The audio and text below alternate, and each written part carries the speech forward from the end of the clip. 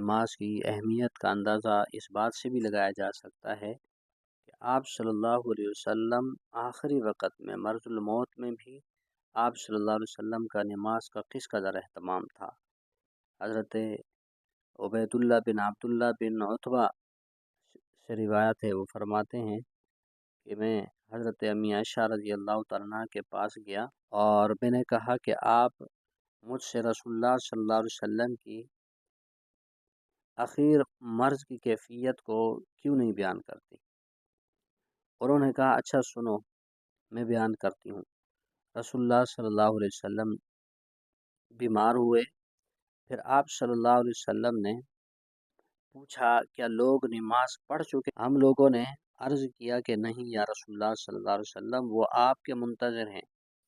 آپ صلی اللہ علیہ وسلم نے فرمایا کہ میرے لیے تشت میں پانی رکھ دو، میں نہاؤں گا۔ حضرت امی عائشہ رضی اللہ تعالیٰ کہتی ہیں کہ ہم لوگوں نے ایسا ہی کیا، بس آپ صلی اللہ علیہ وسلم نے غسل فرمایا، پھر کھڑے ہونا چاہا مگر آپ بے ہوش ہو گئے۔ اس کے بعد ہوش آیا تو آپ صلی اللہ علیہ وسلم نے پھر فرمایا کہ کیا لوگ نماز پڑھ چکے؟ ہم نے عرض کیا کہ نہیں یا رسول اللہ صلی اللہ علیہ وسلم، وہ آپ کے منتظر ہیں۔ آپ نے فرمایا کہ میرے لیے تشت میں پانی رکھ دو، چنانچہ رکھ دیا گیا۔ بس آپ صلی اللہ علیہ وسلم نے دوبارہ غسل فرمایا، پھر کھڑا ہونا چاہا مگر بے ہوش ہو گئے۔ ہوش میں آئے پھر فرمایا کہ کیا لوگ نماز پڑھ چکے؟ ہم لوگوں نے عرض کیا نہیں یا رسول اللہ صلی اللہ علیہ وسلم، وہ آپ کے منتظر۔ وہ لوگ مسجد میں نبی کریم صلی اللہ علیہ وسلم کا عشاء کی نماز میں انتظار کر رہے تھے۔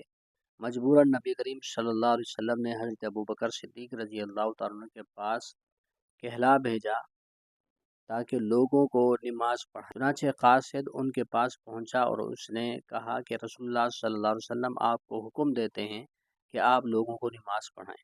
حضرت ابوبکر صدیق رضی اللہ تعالیٰ عنہ بولے، وہ نہایت نرم دل آدمی تھے، کہ اے عمر تم لوگوں کو نماز پڑھا دو۔ حضرت عمر رضی اللہ تعالیٰ عنہ نے ان سے کہا کہ تم کے زیادہ حقدار ہو، تم اس کے زیادہ حقدار ہو۔ تب حضرت ابوبکر صدیق رضی اللہ تعالیٰ عنہ نے ان دنوں میں نماز کے بعد نبی کریم صلی اللہ علیہ وسلم نے اپنے آپ میں مرض کی کچھ خفت پائی تو دو آدمیوں کے درمیان میں سہارا لے کر نماز ظہر کے لیے نکلے۔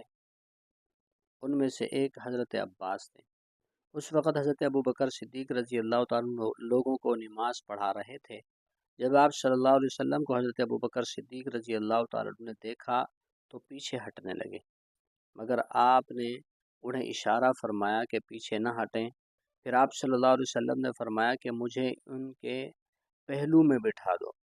چنانچہ ان دونوں آدمیوں نے آپ صلی اللہ علیہ وسلم حضرت ابوبکر صدیق رضی اللہ تعالیٰ عنہ کے پہلو میں بٹھا دیا۔ حضرت عبید اللہ کہتے ہیں کہ اس وقت حضرت ابوبکر صدیق رضی اللہ تعالیٰ عنہ اس طرح نماز پڑھنے لگے کہ وہ تو نبی کریم صلی اللہ علیہ وسلم کی نماز کی اقتداء کرتے تھے اور لوگ حضرت ابوبکر صدیق رضی اللہ تعالیٰ عنہ کی نماز کی اقتداء۔ عبید اللہ کہتے ہیں پھر میں حضرت عبداللہ بن عباس رضی اللہ تعالیٰ عنہ کے پاس گیا، میں نے ان کے سامنے حضرت امی عائشہ رضی اللہ تعالیٰ عنہ کی یہ حدیث پیش کی۔ حضرت عبداللہ بن عباس رضی اللہ تعالیٰ عنہ نے اس میں سے کسی بات کا انکار نہیں کیا، صرف اتنا کہا کہ حضرت عائشہ رضی اللہ تعالیٰ عنہ نے تمہیں اس شخص کا نام بھی بتایا جو حضرت عباس رضی اللہ تعالیٰ عنہ کے ہمراہ تھا؟ میں نے کہا کہ نہیں۔ حضرت عبداللہ بن عباس رضی اللہ تعالیٰ عنہ نے کہا کہ وہ حضرت علی رضی اللہ